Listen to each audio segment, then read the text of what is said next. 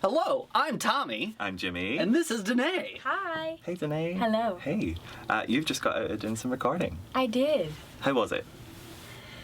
You know, us actors are our own worst critics. Because it's like, when you're actually on stage, you're focused on so many other things. When you're in there, it's like your voice in your head, and you're like, oh God, is that how I sound? So, you should ask Sunny how it went. Well, we were listening, so we Okay. can tell you. All right, It was tell me great. how it went. It was really good. Okay. It was really really good. Thanks. What did you just finish recording? I just finished recording No One Else. Okay. My favorite song. Well, yeah. Yeah. That's a big one.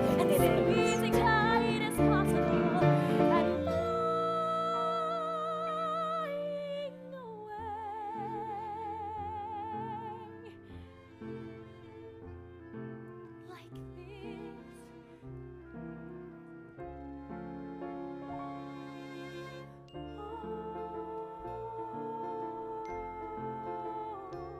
It makes me It's a cry. special song. Yeah, it's just so beautiful. Dave is like, literally, he's a genius. Mhm. You know? Yeah, Yeah. yeah, we really you do. know, Yeah, we really it's like do. there's something else going. Like every human doesn't just come up with things like this. Right, exactly. Because that's the thing about No One Else is it doesn't.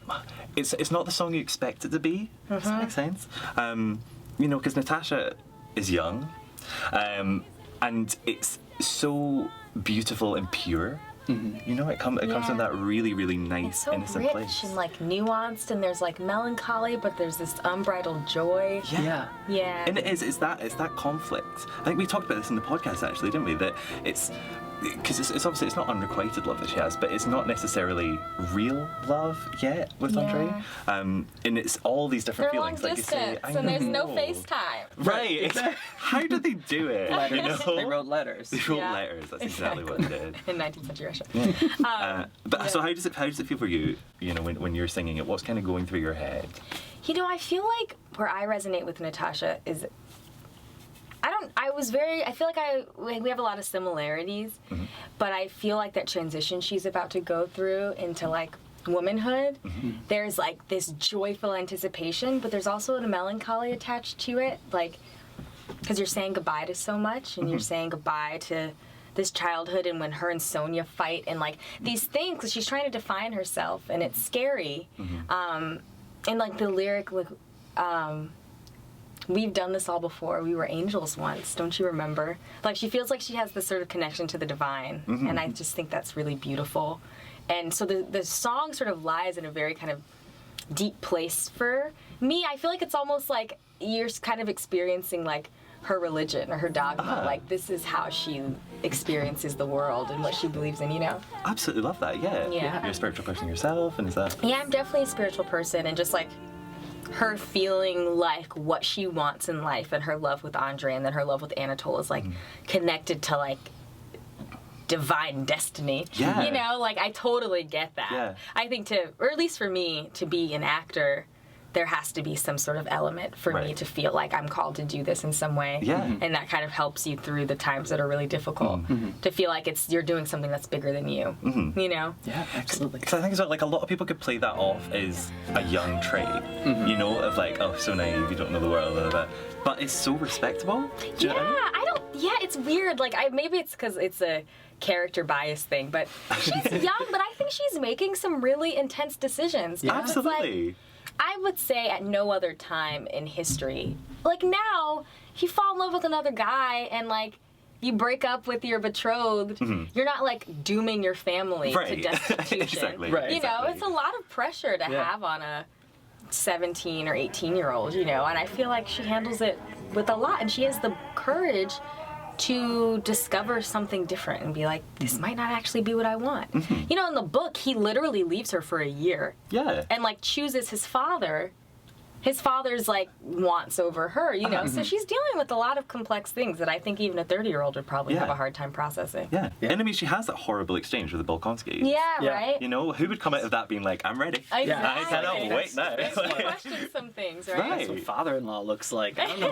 Right. What Is about Andre you? going to turn into that? Yeah. Right. Yeah. So do you think that's what propels her into falling for Anatole? Do you think there's an element of that? You know, I think that there definitely is doubt there. Like, I think the fear and the doubt kind of leaves room for other enticing things that kind of make you feel a little more secure. And Andre isn't here, you know, and like Anatole is. Yeah. And I think that if she has that sort of doubt and fear, and maybe some of the time that she would have spent daydreaming about Andre is now left questioning, that kind of leaves room for a guy who's really there and really present and won't take take his eyes off her, you know. It's hard to ignore that kind of attention, I think. Yes. You know, when someone's like really just zeroing in on you. It's like, you are the one I want. Yeah. And do you think she's a spontaneous person? Because like, there could be an element of that it's like, well, I'm going to go with this. I'm going to see how this goes. I think she listens to her heart. Yeah. You know? And I think that kind of makes you spontaneous, I guess. Yeah. Because your heart can change. But I just think that she really trusts herself. Yeah. Absolutely. Yeah. Absolutely. It feels like it's a decision every time. It feels like this. It's not. It didn't just happen. It might be because of some certain situational things, but I have decided this is the direction I want my life to go. Exactly. And then she's like, and I'm gonna full force behind it. And it's hard because Anatole lies to her. Yeah. You know, because she thinks she's dealing with the truth. Yeah. Maybe she would have lived a happy life with Anatole I know. if he weren't a liar. Yeah. Is it my fault that you're enchanting? I'm so frightened, I don't understand anything tonight. I'm here now. So it's the moment in my house, right? Big moment in the show. Big song. Yeah. You come back at Marriott. You know what I mean? Yeah. Who would do that? Especially to her. And I think that is such, in terms of Natasha as a character, that's such a defining moment, because that shows she's not weak-willed. Yeah. Like, she's not some weak little girl. She's absolutely like, not. Natasha, come here, kiss me, press your wet face to mine. Don't touch me! Why didn't he come to the house? Why didn't he openly ask for your hand? You were not kept under lock and key, carrying you off like some gypsy girl. And if he had carried you off, don't you think your father would have found him? Your father, I know him. He will challenge him to a duel. And what then? Will that be all right, eh? He's a scoundrel. He's a wretch. That's a fact. He is better than any of you, I say. yeah, it's interesting. You know, you do a show so many times, and sometimes I'll do a show and I'll challenge myself to really like listen to every word. And I was listening to the words. Maria says some really hard things to her. Yeah. She calls her good for nothing, vile, shameless, Hussy, like hussy. Yeah. It's not, You know, so like I think Natasha's defending herself. Yeah. She's being attacked. Yeah. You know, and it's like she's defending her character because I felt so bad for her because, you know, it's like this act of wanting to run away with Anatole, I don't think is an act of rebellion. I think it really is about her. Yeah. So to her, it's like, you know, you're raised with these ideals to follow your heart and all this stuff, and now I'm trying to do that, and you're calling me all this crazy stuff. Right. Yeah. You know, I think that, like, it does. I think it takes a really strongly built person Absolutely. to be like, no, you don't get to tell me about myself. Yeah. I get to tell me about myself. Yeah, one of the ones I absolutely love is at the end when you say to Pierre, "Don't call him bad." Yeah. You know, Yeah. that's a really important because After all of that. right, you still have this forgiveness. That line, honestly, I feel like I'm still digging into. Right. Yeah. It's That's awesome, though. it's Because it's like he really hurts her. yeah. I don't know. Because where does it come? Does it come from I mean, people need to be polite about each other, or is it? No. You know, like you I don't think know she him didn't get necessarily. really closure, I guess. Right. You know, when someone like dumps you, you still have to finally let go of that part of you that loves them. Yeah. And I think that she hasn't processed that yet, I Okay. guess. Because she probably still remembers the parts that, like, she was, like, willing to go make a family with, you know? And that's not there anymore. So I think it's just complicated. Yeah. Because then she's like, I don't know.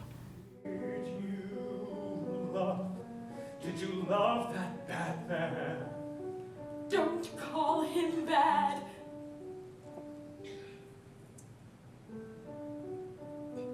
But I don't know. I don't know at all. And it is hard when someone, like, when you think about people who've hurt you and you think back at them and you remember the good times too, you're like, well, how can those things coexist? I know. You know? And I think that's what's beautiful about the characters that he wrote. You know, it's like they're like people. Yeah. They're so complicated. Like anyone you can think back to in your life, as much as you might hate them or love them, someone else hates them and loves them. Right. You know? Oh, completely. Who has the opposite opinion that you have. Yeah. Yeah, You know? exactly. And I think that's what's so wonderful about this cast recording as well, is that you can listen to it 50 times and you will still find more and more. And it's like a book. You know, Yeah. you can, every time you're reading it, Yeah. you will dig that bit extra deeper. I think our cast recording is special because the show is all sung through. Mm-hmm. I feel like you get to get a lot of the story because I grew up listening to cast recordings, Yeah. but the book's never recorded. Yeah. And how great is that? Do you know what I mean? Because even if you're not seeing the show, You get to can see the still- show. Yeah, Basically. and cast recordings are huge. I mean, for those of us who grew up in the burbs far away Right, from New York, or Scotland. yeah, like- that's your like access to Yeah, Broadway absolutely, shows, you know, absolutely. and how you get obsessed with them. yeah. Absolutely.